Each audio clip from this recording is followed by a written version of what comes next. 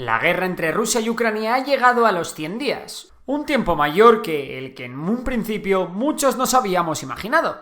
Llegados a este punto, es hora de hacer un pequeño resumen de lo que ha sido la guerra entre Rusia y Ucrania hasta la fecha. Todo comienza en noviembre de 2021 cuando saltan las primeras alarmas, y es que ese día Ucrania informó de la presencia de soldados rusos en su frontera. Sin embargo, la tensión no comenzará a escalar en serio hasta enero, cuando Rusia y Bielorrusia llevan a cabo unas supuestas maniobras a gran escala cerca de la frontera con Ucrania. Para estas supuestas maniobras, Rusia moviliza casi un tercio de su ejército. Ante la amenaza que suponía una movilización rusa tan masiva, algunos dirigentes europeos, como el presidente francés Emmanuel Macron o el canciller alemán Olaf Scholz, tratan de calmar los ánimos reuniéndose con Putin o instándole a la negociación. A la par que Estados Unidos comienza a alertar de una posible invasión de Ucrania, Rusia mantiene que sus tropas simplemente están llevando a cabo unos simples ejercicios militares que pronto finalizarán. El 14 de febrero de 2022, Estados Unidos dice que, según información de inteligencia, Rusia atacará a Ucrania el 16 de febrero. Sin embargo, ese mismo día, Rusia anuncia que los ejercicios militares han finalizado y que sus tropas volverán a sus bases. Sin embargo, en los siguientes días no hay indicios de la retirada rusa. La tensión es máxima. De hecho, los aeropuertos de Kiev y Lviv son un hervidero de aviones estadounidenses y británicos que continuamente transportan y descargan armamento. De momento, lo que más se ven son misiles antitanque y manpads antiaéreos. A pesar de la alarma creada en Occidente, en Ucrania la gente está tranquila. Años de rumores de una invasión rusa hace que los civiles ucranianos no se tomen en serio los múltiples indicios de que esta vez la cosa puede ser de verdad. Lo mismo opina el presidente Zelensky, que pide a Estados Unidos no alarmar a la población para no echar más leña al fuego. El problema es que en el Donbass, el ejército ucraniano y las milicias populares de Donetsk y Lugansk comienzan a escalar el nivel de sus habituales escaramuzas. Se registran bombardeos de artillería por parte de ambos bandos a lo largo de toda la línea de contacto. El 21 de febrero, Putin da un discurso en la televisión rusa elevando mucho el tono y habla de un genocidio contra los rusos en Ucrania, de cómo la OTAN ha incumplido sus promesas rodeando a Rusia y de que Ucrania tiene voluntad de desarrollar armas nucleares. Al día siguiente, Rusia eleva aún más el tono, reconociendo la independencia de las repúblicas populares de Donetsk y Lugansk y exige a Ucrania que no se una a la OTAN y que disuelva su ejército. La inteligencia estadounidense advierte de que un ataque ruso es inminente.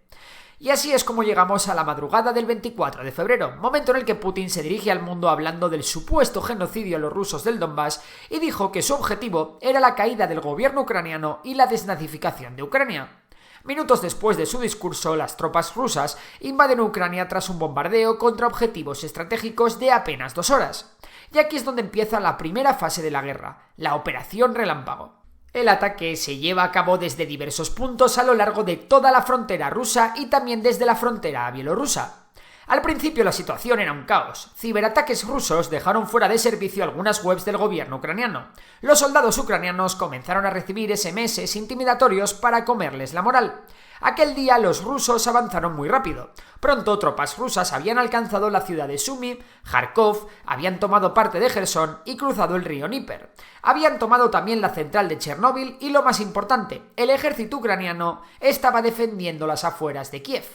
Y es que las fuerzas rusas llevaron a cabo una operación muy arriesgada. Más de 30 helicópteros rusos desembarcaron tropas aerotransportadas rusas para asegurar el aeropuerto de Antonov en Hostomel, a apenas 30 kilómetros de Kiev. La idea era que tras la toma del aeródromo, aviones de transporte rusos descargasen cerca de 2.000 soldados allí, pero un contraataque ucraniano y la ayuda de la inteligencia estadounidense lo evitó.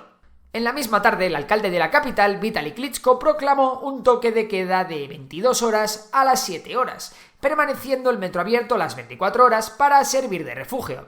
Por su parte, el presidente Zelensky decretó la ley marcial, lo que incluía la movilización total del ejército y la prohibición de salir del país a todos los hombres de entre 18 y 60 años. Al día siguiente, la situación comenzó a ser crítica. Soldados rusos con uniformes del ejército ucraniano y unidades blindadas sueltas llegaron a los suburbios de Kiev. La amenaza era tan importante que Zelensky tuvo que ser evacuado a un búnker de máxima seguridad. Los civiles en Kiev se volcaron con la defensa de la ciudad y se fabricaron miles de cócteles Molotov. Además, las autoridades ucranianas repartieron entre la población 18.000 rifles. En un vídeo Zelensky anunció que se quedaría en Kiev defendiendo la ciudad y se despidió en un emotivo mensaje en el que dijo que quizás esa fuese la última vez que le veían con vida.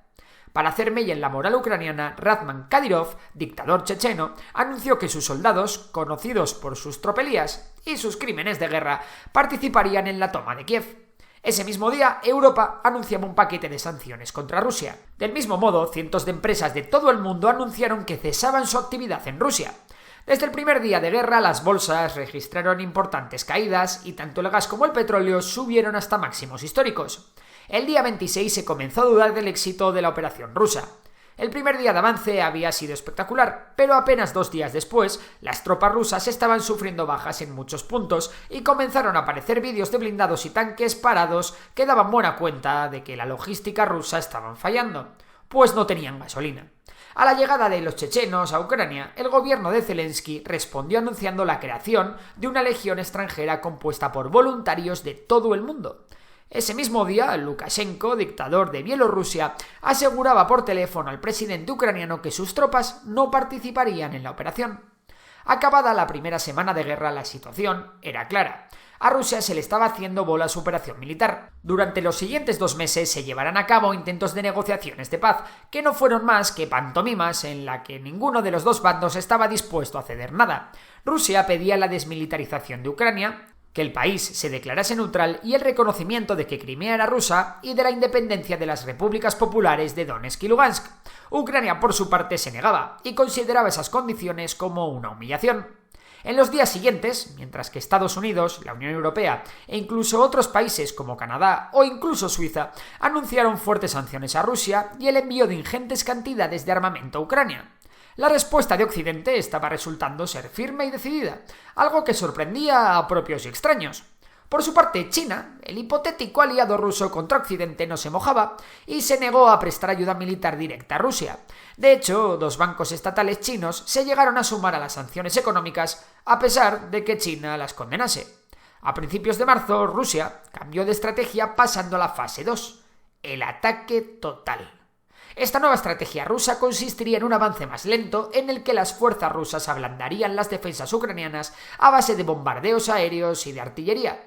El 2 de marzo, Jersón era completamente tomada por Rusia y los ciudadanos de Odessa se apresuraban a llenar sacos de arena para fortificar la ciudad ante un inminente ataque que finalmente nunca se llegaría a producir. Un día antes ocurrió algo que marcará el transcurso de toda la guerra, y es que Mariupol, ciudad costera bañada por el mar de Azov, había sido cercada. El sitio de la ciudad se prolongará casi 2 meses, hasta el 21 de mayo. Durante ese tiempo ambos bandos sufrieron miles de bajas y la ciudad quedó reducida a escombros. Fuentes ucranianas afirman que la cifra de civiles muertos va desde los 10.000 hasta los 20.000. Mariupol ha sido tácticamente muy importante para la guerra, ya que obligó durante semanas a numerosas tropas rusas y prorrusas a desgastarse y quedar fijadas allí, no participando en otras ofensivas. El batallón Azov, de ideología neonazi, fue el que llevó el peso de la defensa de la ciudad.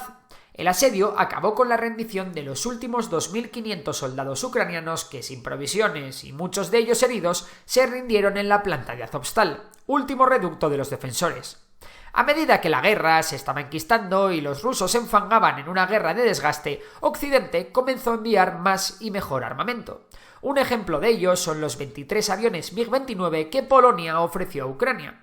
La tónica general durante el resto de marzo fue la misma. Los bombardeos rusos diezmaban a las tropas ucranianas y destruían la infraestructura básica del país, mientras que las fuerzas ucranianas emboscaban constantemente al ejército ruso, haciéndoles pagar con su sangre cada metro de terreno ganado. Los esfuerzos rusos se concentraron en sitiar Kiev, y estuvieron cerca de conseguirlo, pero finalmente, ante la sangría que esto estaba suponiendo, el alto mando ruso no tuvo más remedio que cambiar de estrategia. Rusia, que estaba poniendo toda la carne en el asador, comenzó a movilizar a sus aliados. Aparte de los mercenarios privados del grupo Wagner y los chechenos, Rusia ha pedido ayuda a soldados de Abjasia, de Osetia del Sur e incluso a Bashar al-Assad, que en su día anunció el envío de 16.000 voluntarios a Ucrania. Así que el 25 de marzo Rusia anunció una nueva fase en su operación militar especial, la liberación del Donbass. Pues sí, desde ese día iban a comenzar los preparativos para conquistar todo el Donbass en manos de Ucrania. Y esto implicaba no solo renunciar a tomar Kiev y deponer al gobierno ucraniano, sino también retirar todas las fuerzas del norte de Ucrania.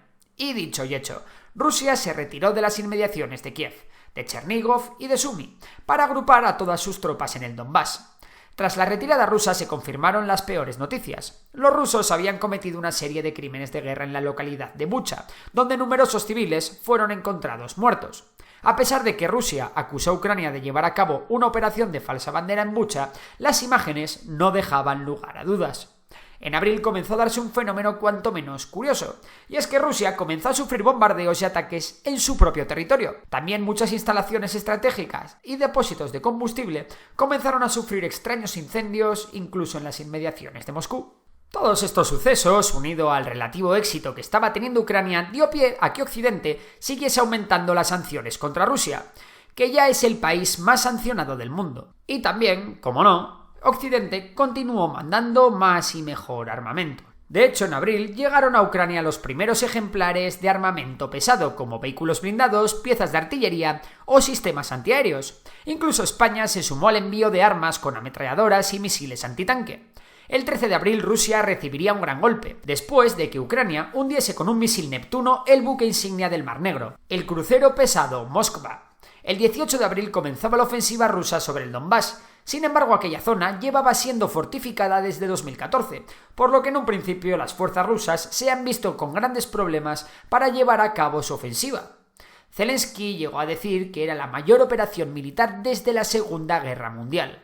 A finales de abril, la región moldava de facto independiente de Transnistria, donde hay estacionados 1.500 soldados rusos, recibe una serie de ataques por parte de elementos sin identificar, y se temía que Rusia estuviese desestabilizando la región para justificar una operación militar en la zona contra Moldavia. Sin embargo, finalmente nada de esto llegó a ocurrir. Desde el inicio de la guerra también se ha reportado la muerte de varios generales rusos. Esto ha sido posible gracias a la constante ayuda estadounidense en materia de inteligencia y vigilancia aérea.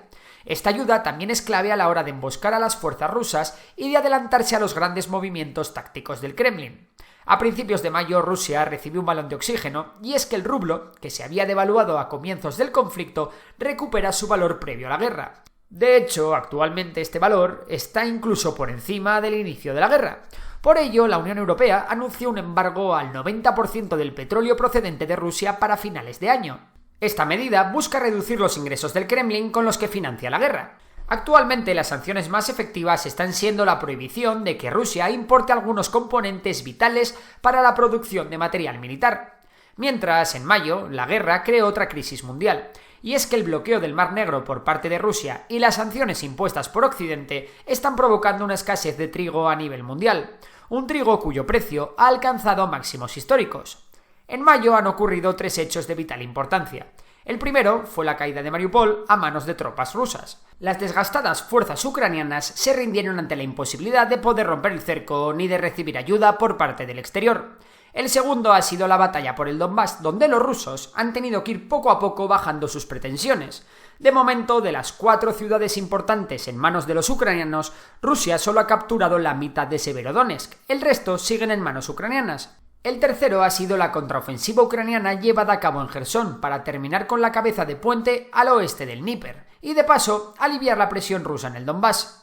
En cualquier caso, la guerra parece estar lejos de terminar. Las conclusiones que podemos sacar hasta ahora son muchas y variadas, pero creo que los puntos principales son los siguientes. 1. Ucrania ha perdido una gran cantidad de hombres, pero sobre todo ha visto cómo la mayor parte de sus infraestructuras estratégicas han sido destruidas. Rusia ha subestimado la capacidad de defensa de Ucrania y la respuesta de Occidente, y ahora está sufriendo las consecuencias. Su ejército tardará muchos años en recuperarse de este golpe. La OTAN y la Unión Europea han salido reforzadas como organizaciones. Sin embargo, Europa está sufriendo y sufrirá durante mucho tiempo las consecuencias del conflicto en forma de inflación, una inflación que amenaza con sumir al continente en una recesión económica. China de momento mantiene su política de no intervención en conflictos bélicos, ya que el gigante asiático no quiere ningún problema que comprometa su crecimiento económico. Y bueno, hasta aquí este repaso de los primeros 100 días de la guerra. Si te ha gustado el vídeo, porfa, dale a like, suscríbete, y si te gusta la economía, ya sabes, está Memorias de Tiburón, que es mi canal de economía. Por lo demás, un saludo y hasta la próxima.